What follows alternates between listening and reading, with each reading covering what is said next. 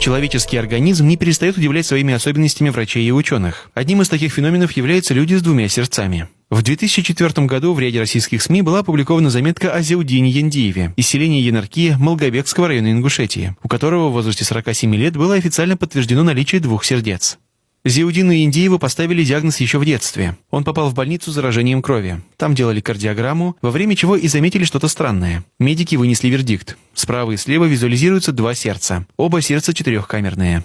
С возрастом Яндиев все меньше вспоминал о своей особенности. Мужчина редко обращался к докторам, хотя в армии проходил медосмотр. Врачи при осмотрах привычно прикладывали стетоскоп к левой стороне груди и определяли параметры органа кровообращения, при этом не подозревая, что он является не единственным.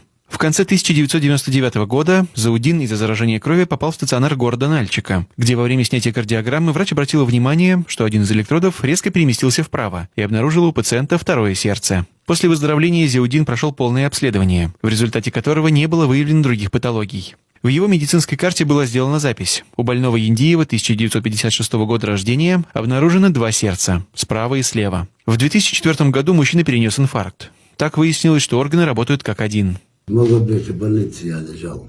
Мне сказали, у тебя два сердца, мы не можем тебя лечить.